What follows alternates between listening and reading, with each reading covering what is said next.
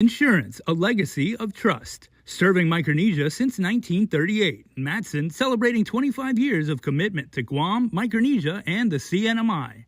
Cars Plus, Guam's leader in sustainability and electric vehicles. Learn more at carsplusguam.com.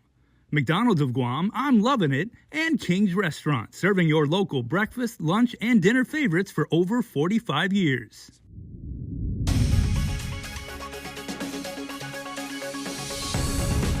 Now, on this Labor Day edition of Primetime, on Friday, family and friends hold a memorial service for the man beaten at the Dedido Center. Nick Delgado was there and has an interview. And the island's 988 Lifeline is a valuable resource for anyone in need of help anytime. And an opportunity to learn about Guam's primary water source was held over the weekend. We'll give you a closer look at Crews for a Cause. Well, Hafide, Guam, and the entire world, we'd like to send you a happy Labor Day wish all the way from our Harmon studios. I'm Jason Salas, and these are tonight's top stories. And leading off the live stream tonight, a solemn event was held for the man by family and friends who was beaten at the Dedido Center last month. The family shared their thoughts and their memories exclusively with KUAM's Nick Delgado, who has our top report. A memorial service held at sunset for 24-year-old Kieferson Aiken. Our family, relatives, and friends of Kieferson, gathering love and peace. Kiera Aiken is Kieferson's father. He held his granddaughters, his son's baby girls, in his arms as a crowd of others held signs with Kieferson's photos and balloons that state R.I.P. brother, ready to release them in his memory. Family members even joining via video call from elsewhere, all sharing the same message. Our love for Kieferson will be forever and ever, no end. This is dedicated to your Kieferson, my dear son, my beloved son, from the family and friends, your brothers and sisters that will gather here to show you that we know that you look down from the sky, that we're gathered in love and memory to show you we're love and never give up. Your name will be with us forever. Your name will be inside our heart and never be end. Kieferson was beaten and stabbed repeatedly on August 8th in the parking lot of the Dedido Center along Woodstock Road. He died following the attack. 5 men are charged in connection to his murder. Family remember Kieferson as a jokester and a good man. The murder leaving 3-year-old Matrian, 2-year-old April Lynn, and Maypreen, only 2 months old, without their dad. This is for the community that we gather here to show you that this crib time that we're gathered here about the passing of our beloved son. It's not going to be I cannot say it, but it's going to be peace and love. This is a message to show you that we're kindly and we try to spread the love and peace for the passing of our son. Kieferson's funeral is set for September 8th at the Guam Memorial Park in Barrigada. At the end of Friday's gathering, loved ones closed with a prayer and 4 words for their brother, son, and father gone too soon. We love you, Kieferson.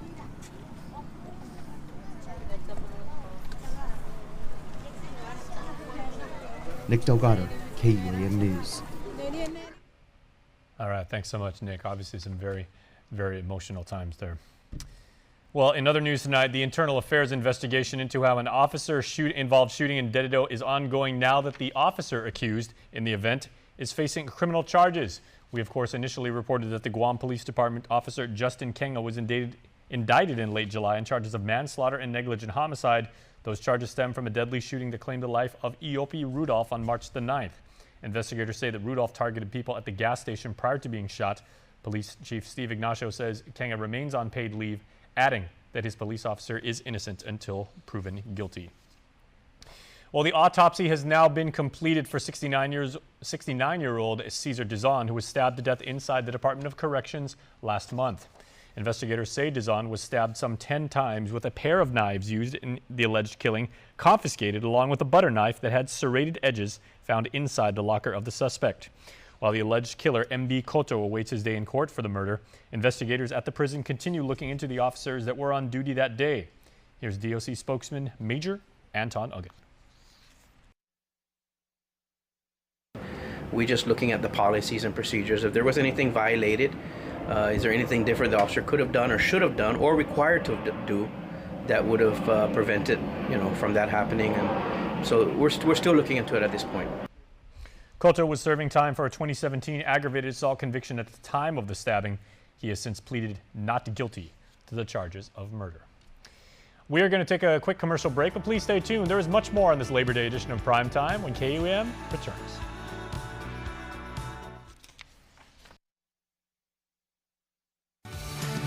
Get up-to-the-minute news, plus access to alerts, streaming radio, promotions, and more on your mobile device by downloading the KUAM News mobile app, available at the App Store now.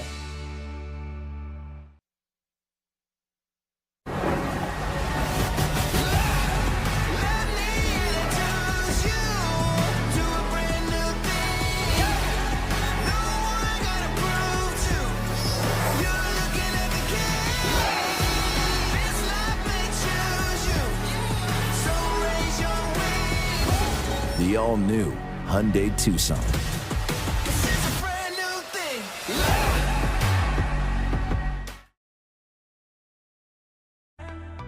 Calvo Select Care's comprehensive medical provider network offers our members choice and access to quality facilities locally in Asia, Hawaii, and the continental United States.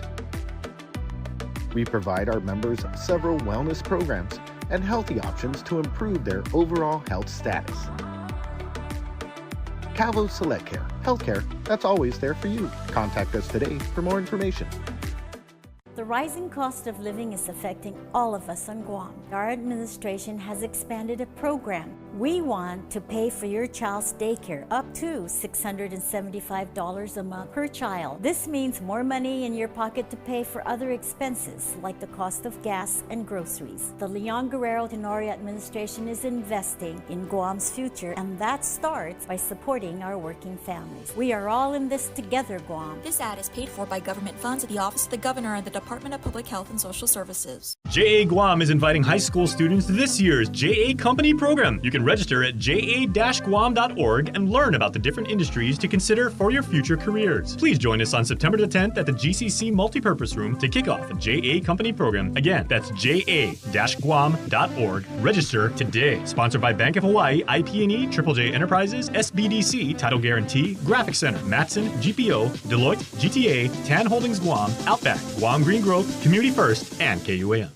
Subscribe to our KUAM News Digest, our weekly email newsletter with all kinds of information straight to your inbox. Just subscribe and we'll make sure to keep you informed and entertained with news from the KUAM News team, what to watch on NBC and CBS, and the latest promotions from KUAM Communications. Go to KUAM.com, click on the newsletter tab at the top of the homepage, register, and you're all set. Brought to you by Uno Go, Guam On Demand. Primetime continues now on KUAM. Once again, I'm Jason Salas. Half a day, everybody.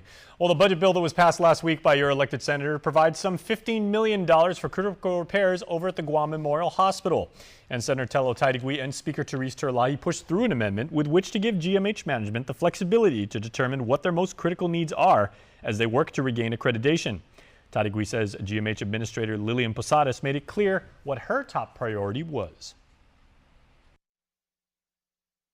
But the critical need that she was saying is the electrical panel, the sub panel, and the generator, and especially the location of the generator. So just to, cross my T and dot my I's, I looked at the Army Corps of Engineers, and sure enough, the report they provided were listed as priority to get the hospital going. But earlier in the session, the senator in particular came under fire from one Dr. Thomas Shea, who's been pushing for a new labor and delivery room. Taitigui says the project was approved several years back, but has been delayed because GMH has not been able to qualify for grant funding. Now it will likely be pushed back yet again.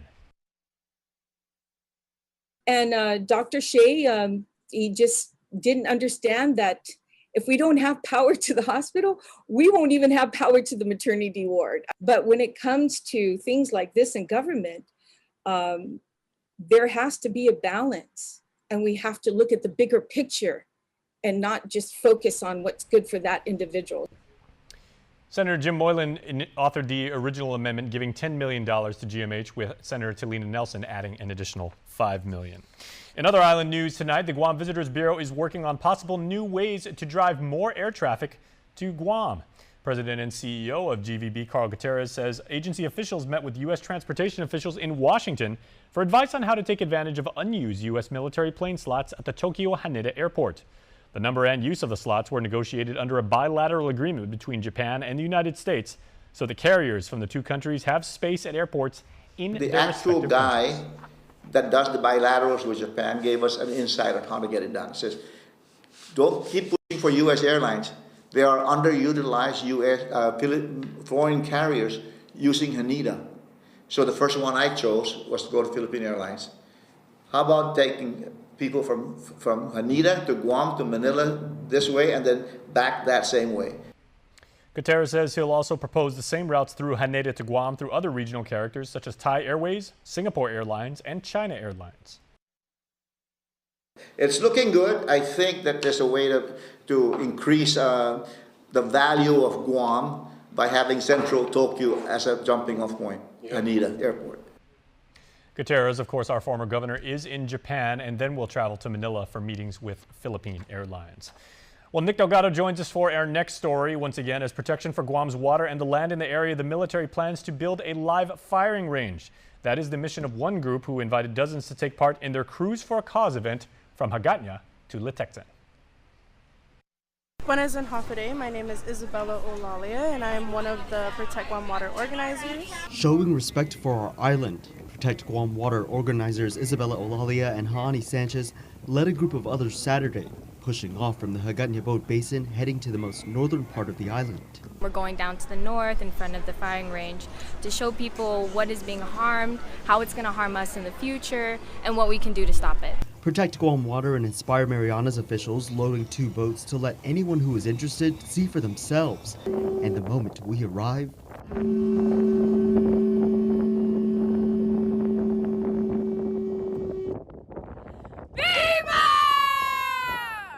more show of respect and pride is given. The military plans to build a massive firing range in this pristine part of Guam. Many that call Guam home continuously pushed back, as the range complex is over the northern Guam lens aquifer.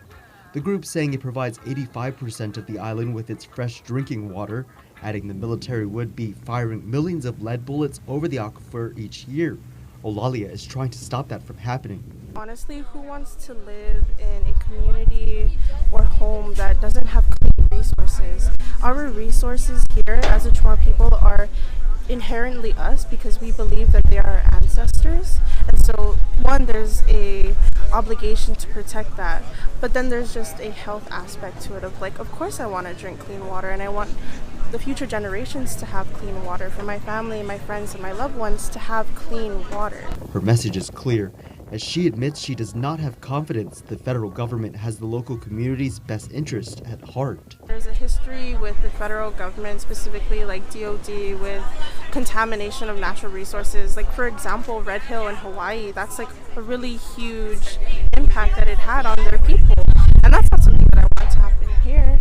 It matters to me because I'm just looking, I just want a safe future for me, if I have any kids, for my siblings, for my family. I don't want our island to be harmed by outside people. What I hope they can learn from this is just how severely this will impact us, not just the Chamorro people and the people that are currently living here, but also the visitors from outside, the military and their families. And I just hope that what we say will truly impact them so that they can impact others, and that it would be like a domino chain. Since the event, Protect Guam's Water's online petition highlighting their mission received more than 6,300 signatures. The petition addressed to the U.S. Senate Committee on Armed Services, the Secretary of Interior, and the Guam Legislature. Nick Delgado, KUAM News. All right, Nick, thanks so much once again. Well, in other news, members of a local mental health support group shared their thoughts on the recently launched 988 Suicide and Crisis Lifeline, which has now been active for more than a month. So I used to work at the crisis hotline, and I think that it's an amazing transition from dialing a 7-digit number, right, or and now just being able to dial 988 off the bat. Right. I think it's something that's easily remembered, and so I'm personally excited for it. You know, I think it's another tool added to the array of resources that are out there in the community. So I think it's a huge milestone for the whole mental health umbrella. That was Jezreel Moylan, president and founder of Talk of Mental Health Awareness Guam, who praised how the launch of the 988 Suicide and Crisis Lifeline is a big step for the island in mental health awareness. For those experiencing a mental health crisis, seeking help is already hard enough, but with an easy number to remember, it can convince them to seek the help they need. TUMA member Nicole Erickson. Seeking help is genuinely really hard, and I think that when you make it easier, or like how Jez said, bridge that gap to appropriate care, it's one step. So calling that 988 number, it's one step forward in healing, and no one will ever know the impact that calling that 988 number would really have on anyone. So I think it's a good tool to have. As KUAM reported, in July alone, since the launch of the Suicide and Crisis Lifeline, a total of 1,249 calls were received, and the top reasons for calling the 988 number were loneliness, resource information, family issues, frustration, and anxiety.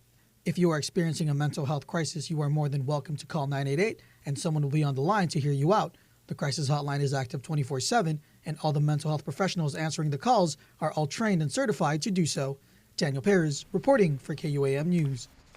All right, thank you, Daniel. And last Friday, before government officials and stakeholders, a proclamation signing was held down at the governor's chambers at Adelup, recognizing September as National Preparedness Month. That initiative is led by the U.S. Department of Homeland Security each September after the tragedies unfolding on 9/11 highlighted the importance of increased readiness and enhanced response. Now, this year's theme is A Lasting Legacy. The life you've built is worth protecting. Prepare for disasters to create a lasting legacy for you and your family. Speaking on the island's resilience was Office of Civil Defense Administrator Charles Esteves. Something that we take a lot of pride on, and that a lot of our partners, especially on the FEMA side, when we go to a lot of these conferences, is how resilient Guam is. And not really just in terms of our infrastructure and in terms of our systems and our processes, but as a people, right? As a resilient people.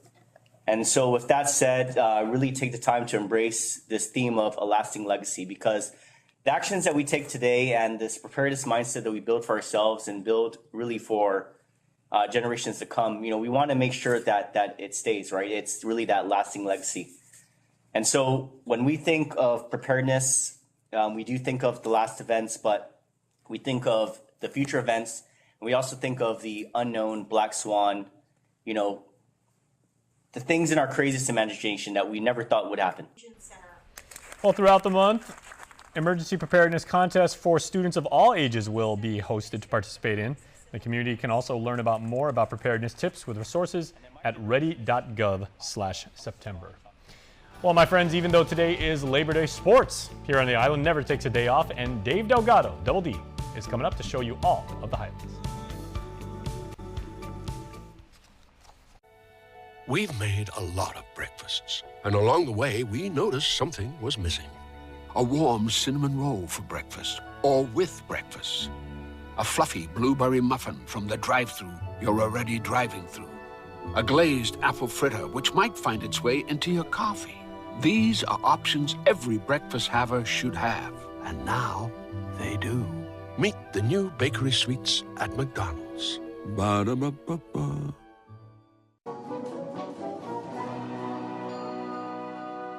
I want my streaming. I want my TV.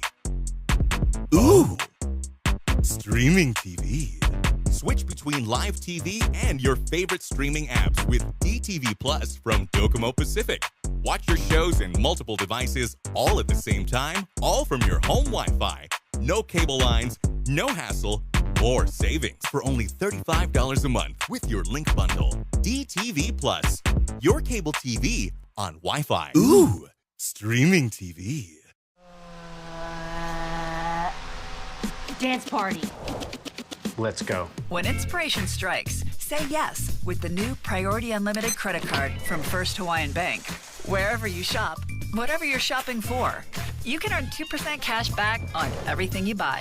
From small stuff to big stuff to stuff you want. A card that rewards you for every purchase and helps you stay connected to everything that matters.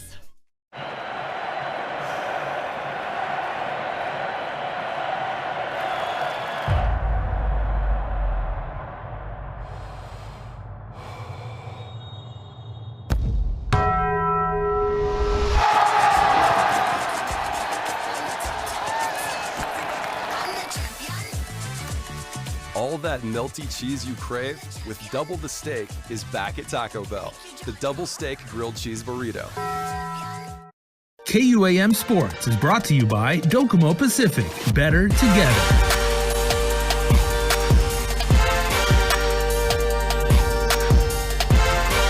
Scout Saipan 1 picked up the 6-0 win over Scout Saipan 2 in the opening game of the Marianas Labor Day U18 Friendship Baseball Tournament. Games are wrapping up at the Paseo Stadium. The two teams representing Guam in the inaugural competition are Dubs and Prospects.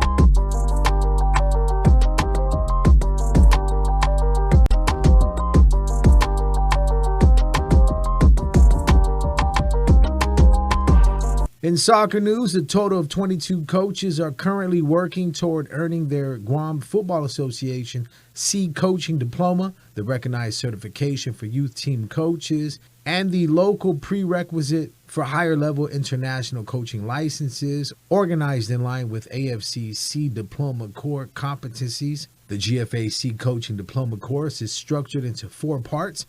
By the conclusion of the 4th part of the course, coaches will have completed the required minimum of 60 hours of course study. KUAM Sports is brought to you by Docomo Pacific. Better together.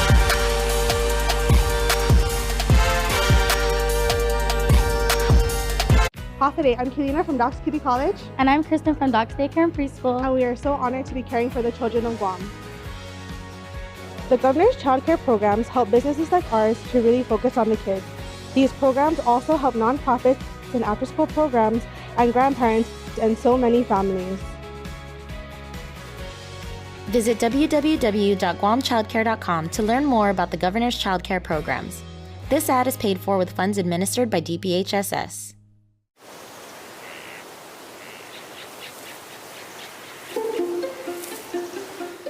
Guam was once home to over 12 native species of forest birds, each with their own unique sound, color, and role to play in our ecosystem.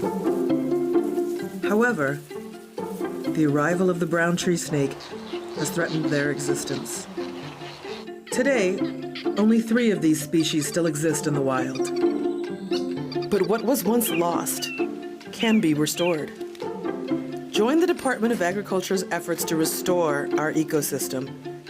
It is only through partnerships with various organizations and the community that we can give our native birds a future.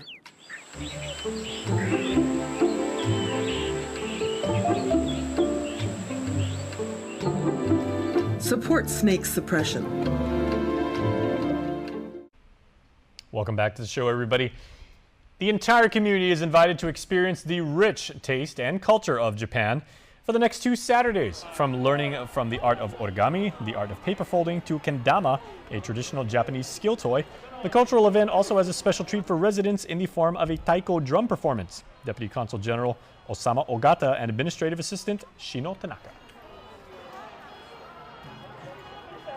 First, we'd like to promote Japanese culture here on Guam. everything we have is for free. So I hope many local community can visit this event and enjoy Japanese culture. It's the first ever event hosted by the Consulate General Office of Japan since COVID affected our island. You can catch the next Japan Saturday's event on September 10th from 1 to 5 at the Micronesia Mall's Center Court.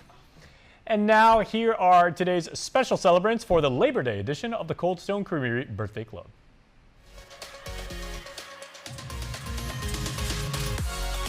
It's Labor Day today, of course, everybody, and we hope KUAM kid Noel Monge is not laboring today. And Noe, we love you, we miss you, we know we're doing great things in the Big Apple, and we hope you are taking a day off because you certainly deserve it. Your parents say happiest of birthday blessings to you, Miss Noel Monge. You are getting all the love in the world, you know, of course, from Mom, Dad, your sister, and your entire Guam family, which includes us here at KUAM. So Noe, happiest of birthday wishes to you. And she is just the spitting image of her mother. That is super awesome. You know, the best thing about being a KUAM kid, everybody, when you are a KUAM kid, you are a KUAM kid for life. That is super awesome. All right, happy birthday, Noe.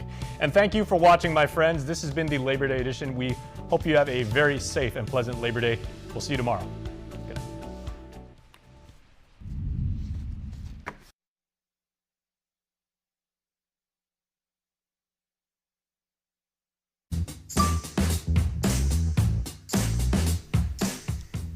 Howdy everyone, and welcome to The Hub, our weekly look at all things politics on Guam. Let me introduce our guests for this week. I have next to me Ginger Cruz, Sean Gumatauta, and Dr. Ron McNinch. And we're going to start off the show by taking a look at the results of the primary election. And if you guys can put up those graphics there. Okay, total registered voters, 58,000.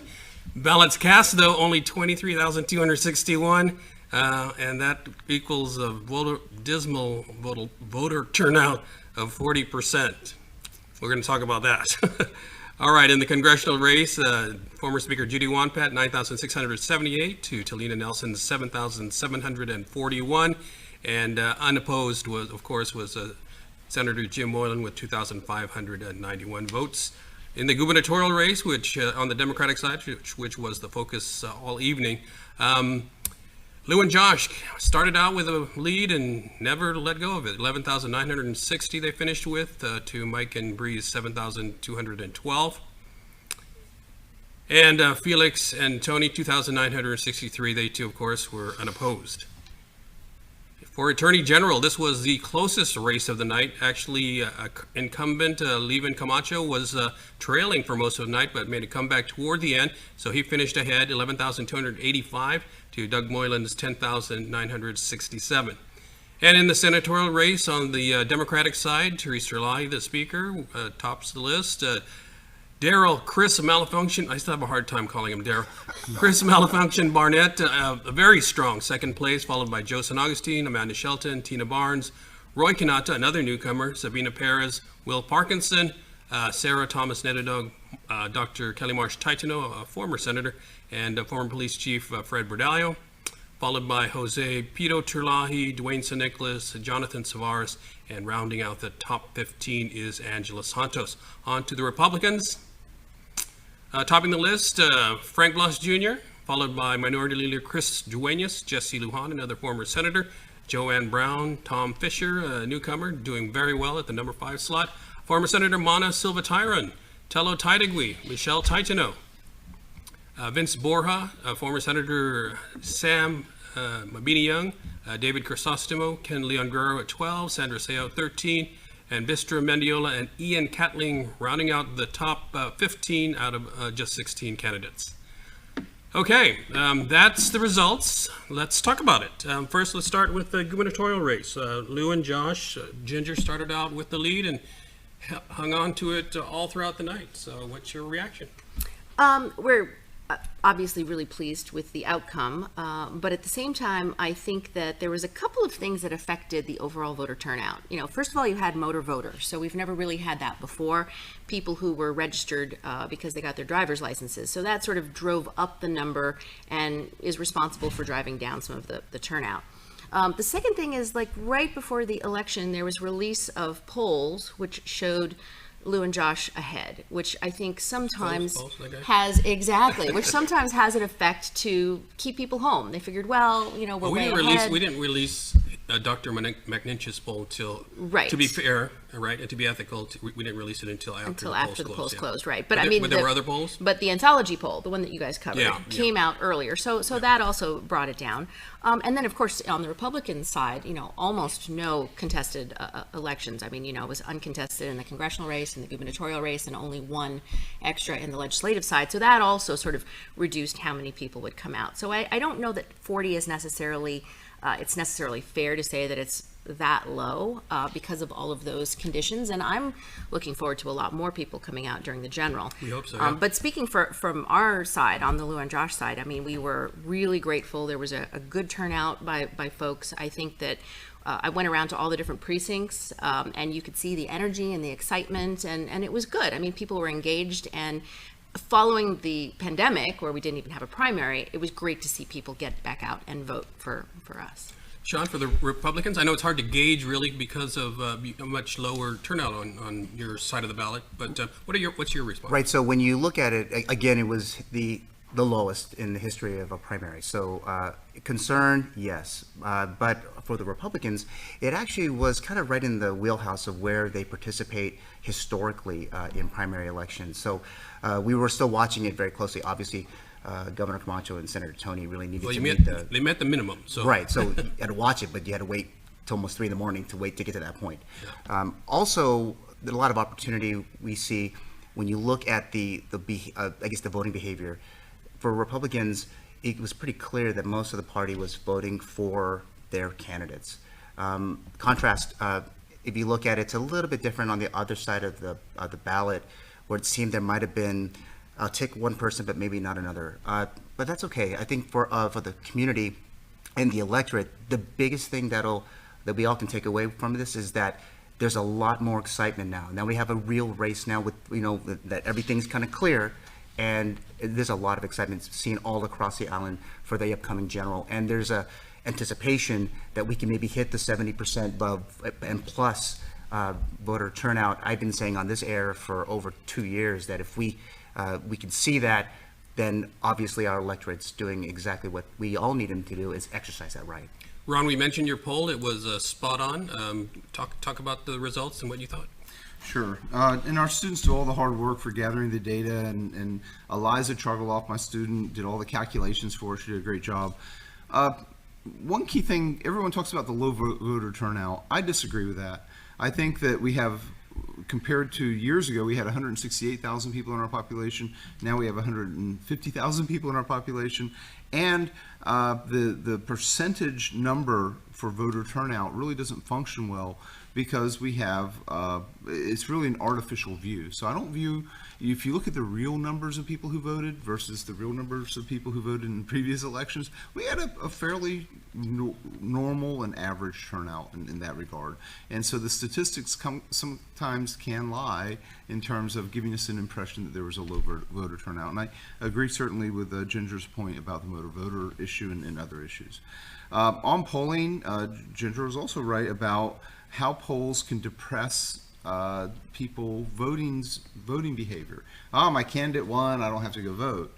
The other thing that really drove this election, which doesn't drive it at the general election, is the weekend. So normally what happens on Guam is we have a voting day on Tuesday. Often we have 1 or 2 holidays that bracket it. We don't have it this year. That's Halloween and All Souls Day, All Saints Day. We have these holidays that bracket it. And so what happens is the election is following a long party weekend. And so we're going to have a long party weekend in the next election cycle that's then going to push people out into voting behavior, because they're going to spend all weekend talking to their friends and family about the things that they like or don't like. And that's a prime opportunity for candidates to get their message out. Yeah, I don't think energy, like Sean was saying, is going to be a problem for the general election, maybe as much as it was for the primary. And certainly more Republicans, I think, will be energized to come out. But yeah, getting back to the voter turnout, I think 58%, supposedly a record number of registered voters since '95. Yeah, the 58,000, right? Yeah, 58,000. It just kind of threw things off because we were expecting 58,000. We got 20. I forget what the number. 23,000 actually voted. So, I mean, from that standpoint, it would appear just from the numbers that it was a low turnout, but for those reasons, it may be that kind of skewed it. All right, let me ask you. I was going to come up with this really, quaint phrase: 1,000, pictures worth 1,000 words. But I'm not going to go there because you guys didn't like what I said. Anyways, so the picture I'm talking about is Michael St. Nicholas with Felix and Tony, and that's been circulating on social media. So, does that translate into votes for Felix and Tony? I think it'd be absolutely crazy to think that it did not. I think that when friends and family are having dinner together, talking about the results of an election, that folks who support both aren't going to get a little bit revved up. I think that for all of us, the community is focusing on, yes, partisan for the most part, right? But what do we want to see for Guam at the end of the day? And so the image is perhaps speaking to that. Do you know if there is an agreement already?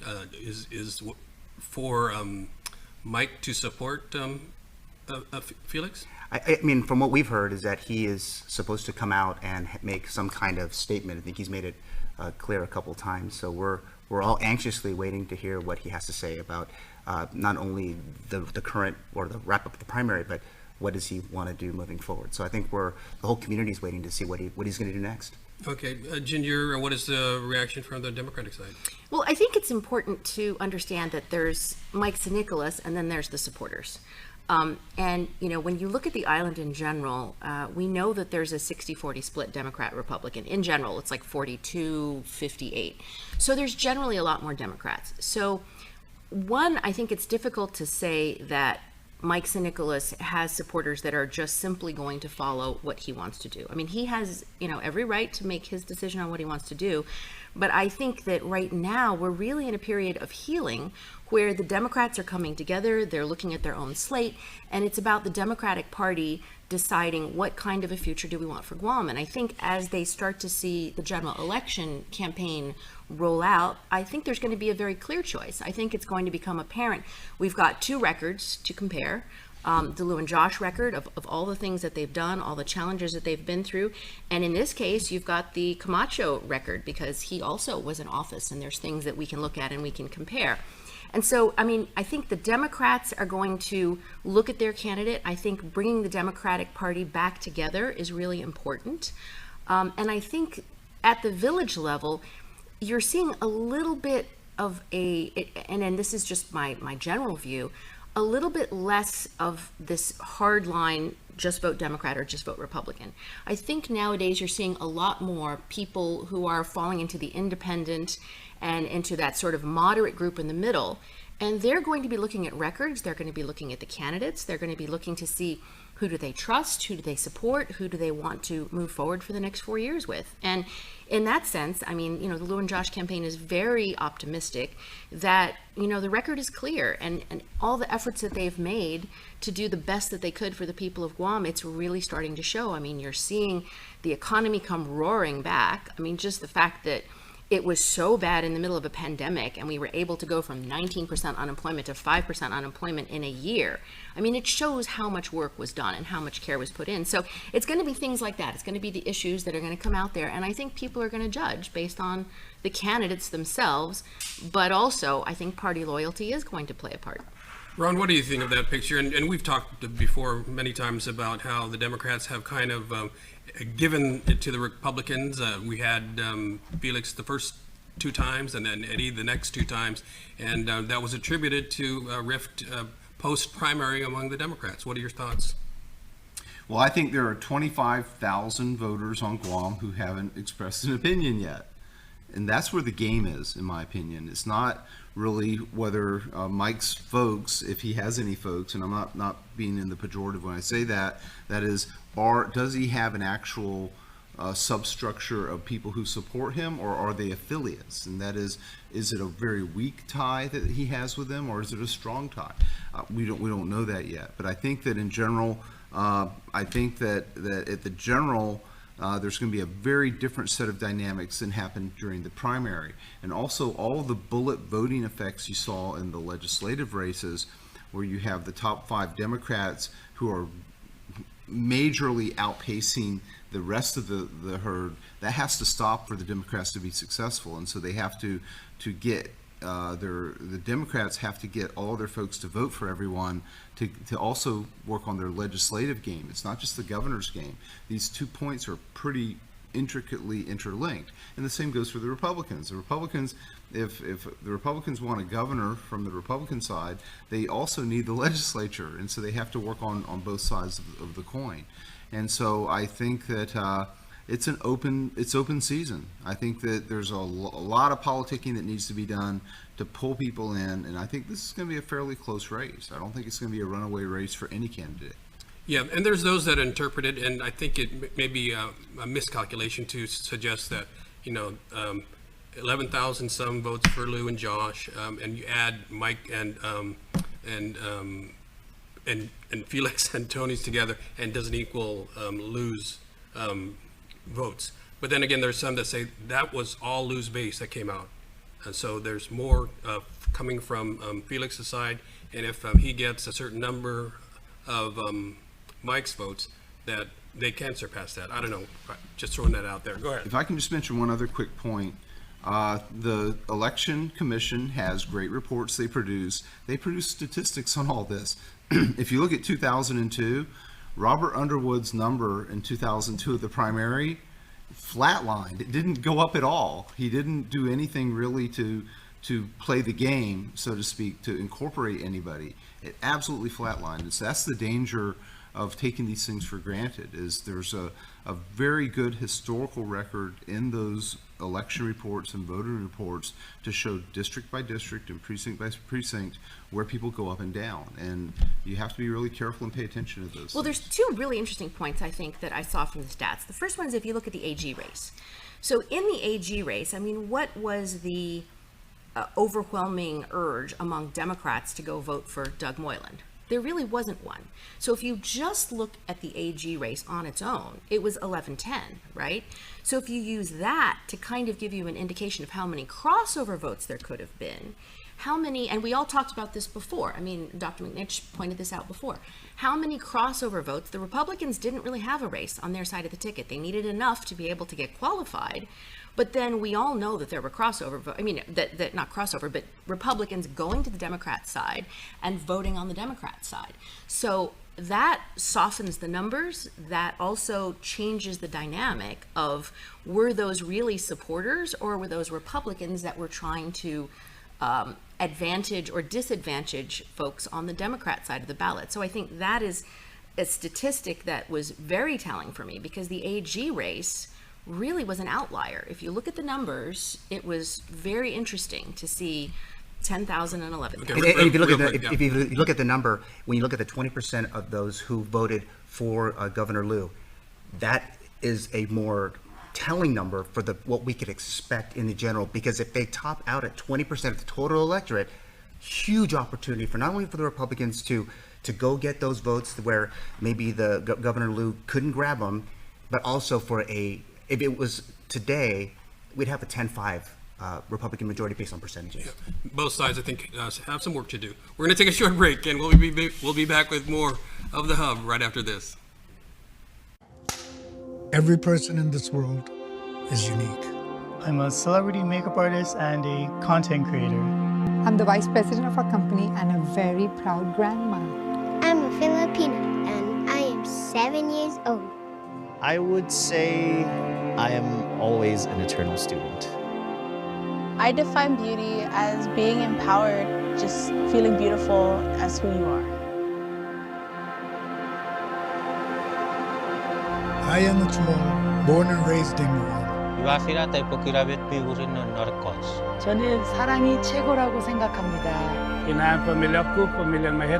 謙虚であるということとは重んじます。 It is valuing our differences respecting one another, and sharing a deep love for our island. Is what makes us one people.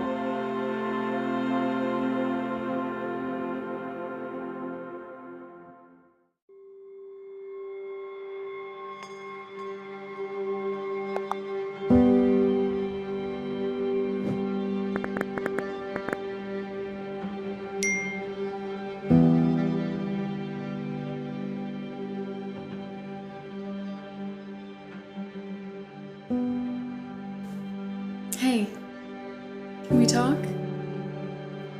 Okay.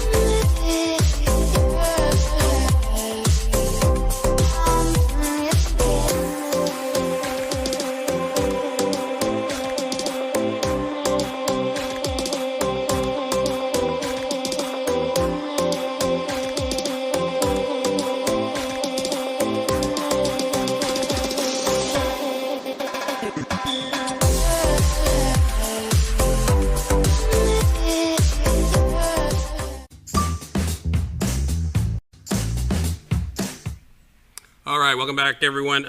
Sean, you had the Lincoln dinner last night. One of the photos that was shared was Sabrina Salas Matanani was there, our colleague here at KUAM before.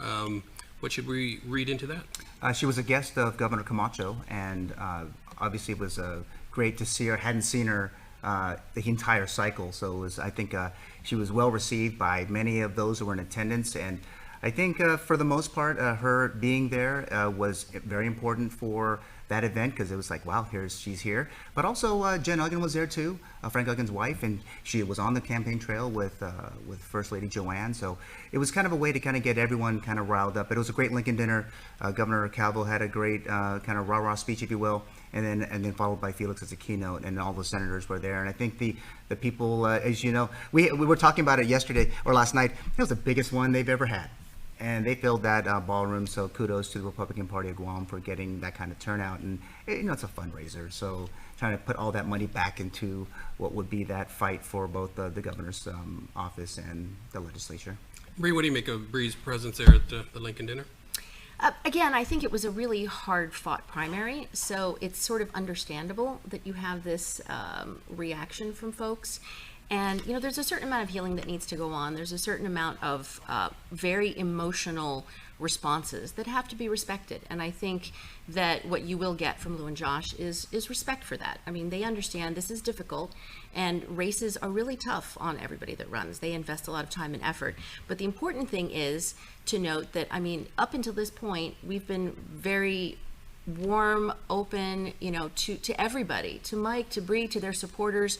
It's important that it not be an emotional vote when it comes down to it. We believe it really needs to be a vote about the record. We believe it needs to be a vote about trust and about, the performance of the teams. And we think that when we get into the discussion of that getting over these emotional times, getting over the fire and the heartbreak of an election, once we get 1-2 weeks into this, we're pretty confident that we'll be able to hopefully bring everybody together, have good conversations, and see if we can't get back to the issues and talking to the people of Guam about what it is we're going to do and how it is we're going to support them. I'm sure everybody knows, but that was former First Lady Joanne with Bree in that photo. Ron, you got any comments? Well, I went to the Lincoln dinner last night. I go to every major political event that I hear about or get invited to. I love to They go let to. you in the room? They do. They do. It's always fun, and it's always fun to listen to what people have to say. And people are very blunt. Very nicely done party last night from the Republican side. It was a very, very nice event. Because the governor's the incumbent, I also went to an event yesterday on the human rights. Very nice human rights event at the Hilton, and the governor was there, and I was able to say hi to her for a couple of minutes.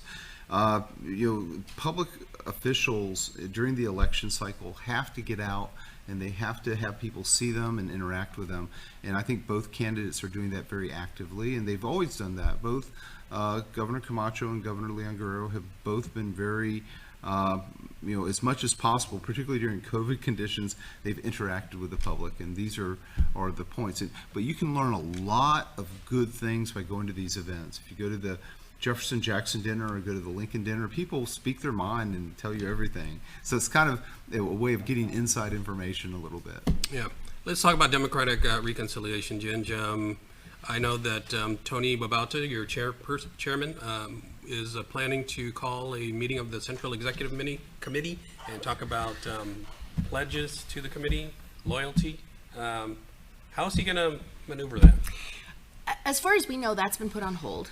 And speaking on behalf of the Lou and Josh campaign, I can tell you that, we're not about forcing people to do things. That's not the point of an election.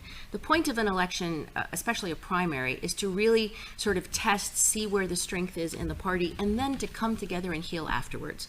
And I think the message has been clear. If you listen to the governor and the lieutenant governor that night of the primary, we were there until about 4:30 in the morning. And the message that they put out was really not trying to force anybody to sign any kind of a pledge, but really open arms, really saying, come talk to us, find out what we're about if you're not already part of the campaign. And we've got room for everybody. It's a big tent. The Democratic Party is, because it's the biggest party on Guam, it's also a little bit messy. It's like a family where people will disagree, and they have, we saw that from the last gubernatorial election, right? And going up against, there were 4 Democratic teams and 1 Republican team.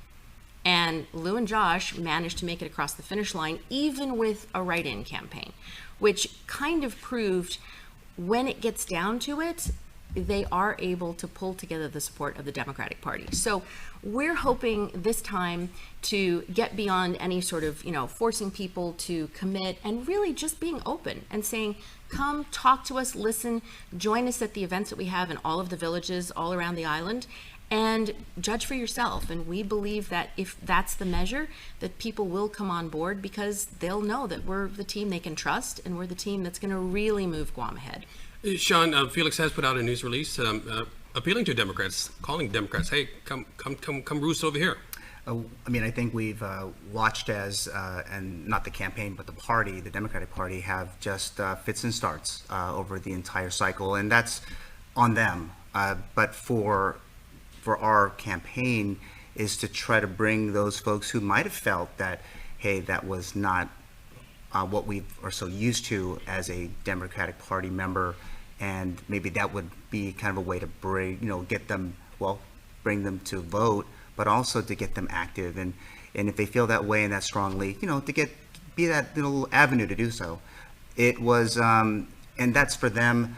I'm hoping that they're going to try to figure it out at some point. But for us as a campaign, reaching all across to all of those Republican Democrats, there's Republicans who are working in the administration. It's interesting how for the incumbent to be able to take some top-notch Republicans, and they've been helping for many years, and they're all active too. So the idea is, again, bringing everyone in and focusing on what will be the task for the next a couple weeks before we have a general. So we're all excited. It's this excitement. I can't describe it any other way, because I think for those who will say, okay, well, I'm not going to be, I don't care if I'm, going to stick my neck out or I'm going to get chopped.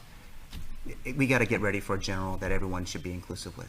Okay, we got to take another short break. We'll catch you, Dr. Ron, on the other side. We'll be back with more right after this. My classic and spicy popcorn chicken with 100% all-white meat chicken and good sauce. Pop it like it's hot. Pop it like it's hot. Pop it like it's hot. Pop my classic and spicy 50-50 popcorn chicken combo. Order on the Jack app today. MTO Maintenance will now completely sanitize your home, office, or business with state-of-the-art commercial sprayers. For over 30 years, MTO Maintenance has been committed to the health and safety of our customers. And now, more than ever, a clean home, office, carpets, and furniture is a necessity to our island. Give us a call today. Stay healthy and stay safe, Guam. Call 647-6861 for an appointment.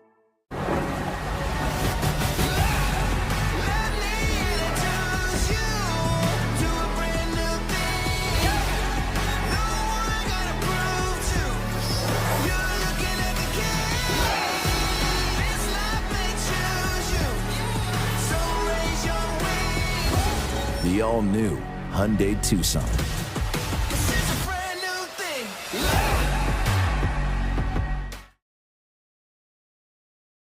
Mobile offers a new and convenient way to fuel your vehicle.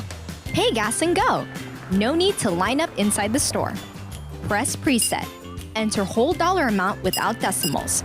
Press loyalty ID and enter your mobile number or insert Smiles card. Insert and remove payment card or tap contactless credit card. Begin fueling. And don't forget to grab your receipt. Pay gas and go. It's that easy. And that's where the cheese comes in. I don't get it. It's a thick crust with crispy edges. What is there not to get? The sauce on top? You haven't even tried it yet. You know, she's got a point. I don't want to talk about politics. Detroit style is back at Pizza Hut. No one out Pizza's the Hut.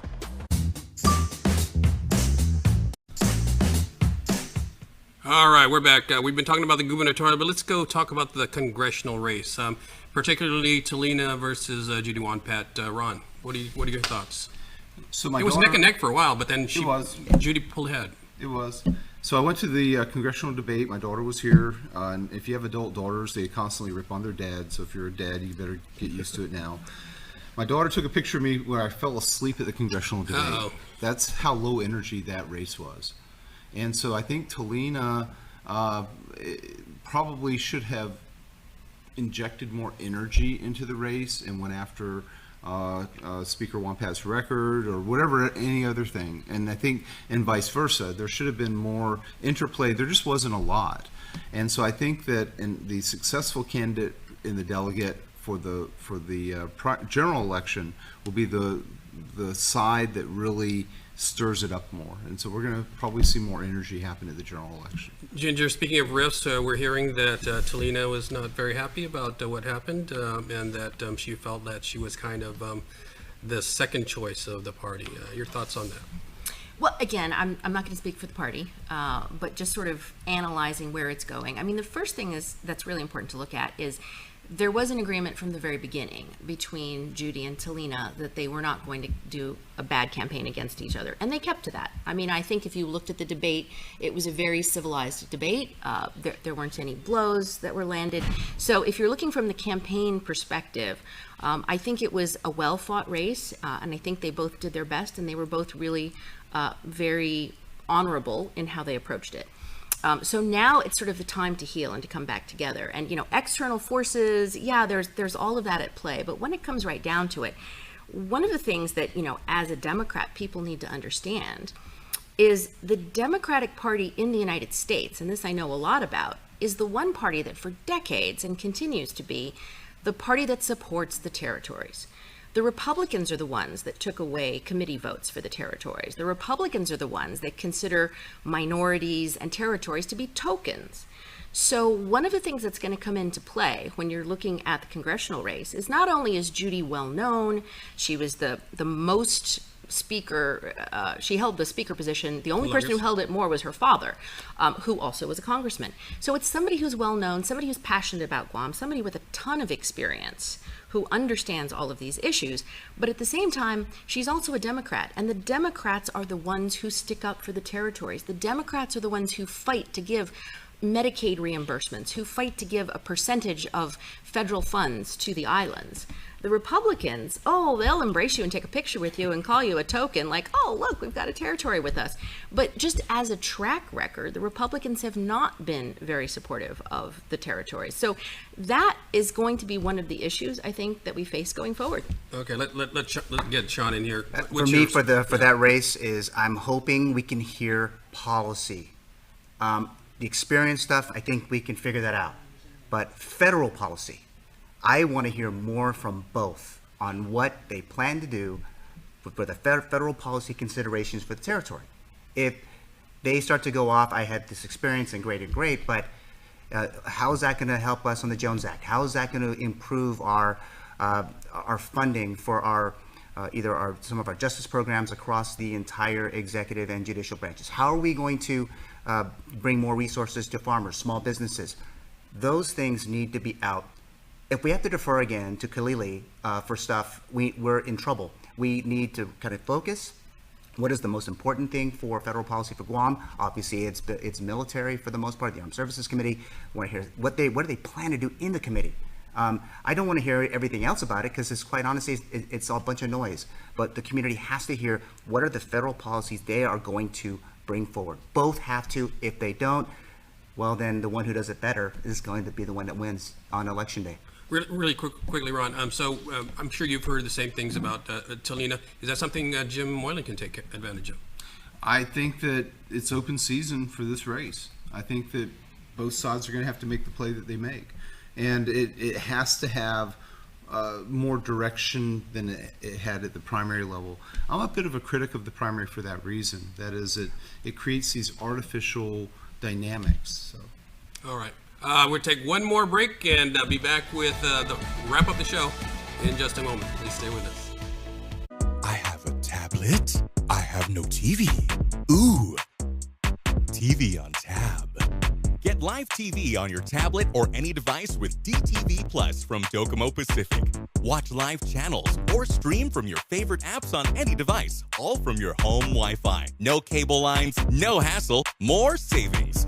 All for only $35 a month with your link bundle. DTV Plus, your cable TV on Wi-Fi. Ooh, TV on Tab. The rising cost of living is affecting all of us on Guam. Our administration has expanded a program. We want to pay for your child's daycare up to $675 a month per child. This means more money in your pocket to pay for other expenses like the cost of gas and groceries. The Leon Guerrero Tenorio administration is investing in Guam's future, and that starts by supporting our working families. We are all in this together, Guam. This ad is paid for by government funds of the Office of the Governor and the Department of Public Health and Social Services. Guam's auto appearance specialist, Elegant Reflections, has been providing the automotive industry with professional detailing and car care products at its highest quality, from complete detailing, full interior detailing, exterior detailing, headlamp restoration, hand washing, seat and carpet shampoo, engine degreasing, undercarriage cleaning, paint sealant, fabric protection, paint oxidation removal, and so much more. Visit us at our new location. Call 646-5555 for an appointment. Elegant Reflections, Guam's auto appearance specialist, over 20 years of experience. All right, folks, we got about a minute and a half, so I'm going to go quickly to our guests and ask them. We didn't talk about the legislature, but seeing who the candidates are, what's your thoughts on who's going to win the majority and by how much? My money definitely on Democrats retaining the majority. It's a lot stronger slate of candidates, so I'm saying definitely 8, if not 9. Okay. It has been a while since we've had a Republican majority, and I think we're finally, after nearly 20 years, I think this is the time that it's going to happen. Some incumbents, they're not really new ones, but these great candidates, I think, I'm not going to put a number, but I think it's going to be a Republican majority. Okay. Closer, 8-7, that would be the closest. Yes, perhaps. Yeah. And Ron? I think it's a toss-up. I think this is a candidate's race to win if they want to win. And that goes for all positions, all offices. Any newcomers? I think Chris is going to be up there, yeah? I've been impressed with some of these new. Daryl, yeah, I like Daryl. DC, if you will. I was joking with him yesterday. I snuck up behind him when he was waving, and I'm like, "Hey, man, you're not supposed to be on this corner." And he turned around. And he was a little bit surprised. So I took a picture with him. I think he's doing great. I think that there's some other on the Republican side. There's some really neat candidates that might come up, and it's always good to see the young Turk or the new blood types of candidates coming back in, and also the previous candidates or previous senators come back in. So that's going to be part of the dynamic. Right. All right, that's our show. Wish we had more time, but we don't. So that's our show. Thanks for watching, everybody, and we'll see you next week on The Hub. All right. Let's go, Brandon.